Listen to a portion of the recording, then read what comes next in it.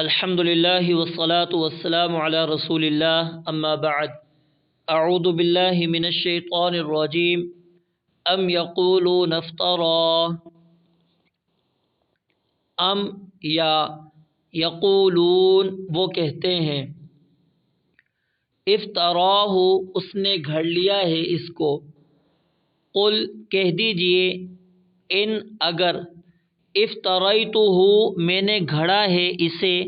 فعلی پس مجھی پر ہے اجرامی میرا جرم کرنا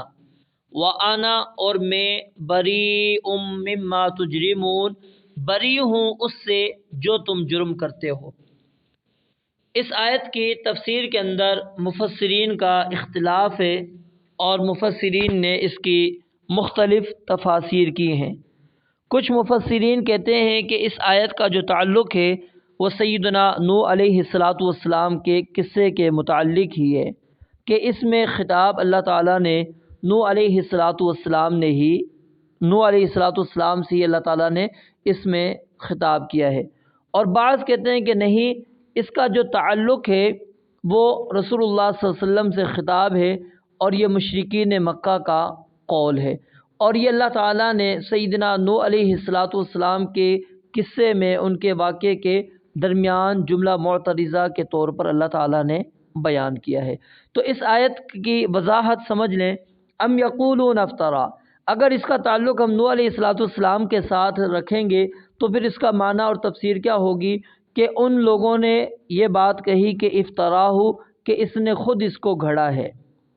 تو سیدنا نوح علیہ السلام نے کہا کہ اگر میں نے یہ خود ہی نبوت گھڑ کے تمہارے سامنے آ گیا ہوں تو فعلی اجرامی، یہ جرم کرنا اس کا سارا وبال میرے ہی اوپر ہے، اور جو تم جرم کر رہے ہو میں اس سے پھر کیا ہوں، بری ہوں۔ یعنی تم اپنا جواب دو گے، میں اپنا جواب دوں گا۔ اگر میں تم سے جھوٹ بول رہا ہوں تو تم اگر میرے جھوٹ کے مطابق ہی اس پر عمل کرو گے تو یہ جو جھوٹ میں نے اللہ پر بولا ہے تو اللہ تعالیٰ اس کی سزا مجھے دے گا، اس کا جرم میرے پر ہی ہے۔ اور اگر اس تفسیر کا تعلق ہم رسول اللہ صلی اللہ علیہ وآلہ وسلم سے کے ساتھ یعنی اس کا تعلق جوڑیں گے تو پھر اس وقت کیا ہوگا کہ ام یقولون، یا وہ کفار مکہ کہتے ہیں کہ افتراہ کہ اس محمد علیہ السلام نے اس قرآن مجید کو اپنے دل سے گھڑ لیا ہے۔ تو اے نبی آپ کہہ دیجئے اگر میں نے اس کو اپنے دل سے گھڑا ہے تو میرے گناہ کا وبال مجھ پر پڑے گا، اور جو تم گناہ کرتے ہو میں اس کی ذمہ داری سے کیا ہوں، بری ہوں۔ تو یہ دونوں تفاسیر علماء کی ہیں اور دونوں کے امکانات موجود ہیں، تو دونوں تفاسیر کی طرف علماء گئے ہیں۔ تو قرآن مجید بھی اس سے مراد ہو سکتا ہے، یعنی نبی علیہ السلام سے اللہ تعالیٰ نے خطاب کیا، اور اسی طرح سیدنا نوح علیہ السلام سے خطاب، یہ دونوں اس کے اندر آیت کے مفہوم کے اندر موجود ہیں۔ رب العالمین سے دعا ہے اللہ تعالیٰ سمجھنے اور عمل کرنے کی توفیق عطا فرمائے۔ وآخر دعوانا ان الحمدللہ۔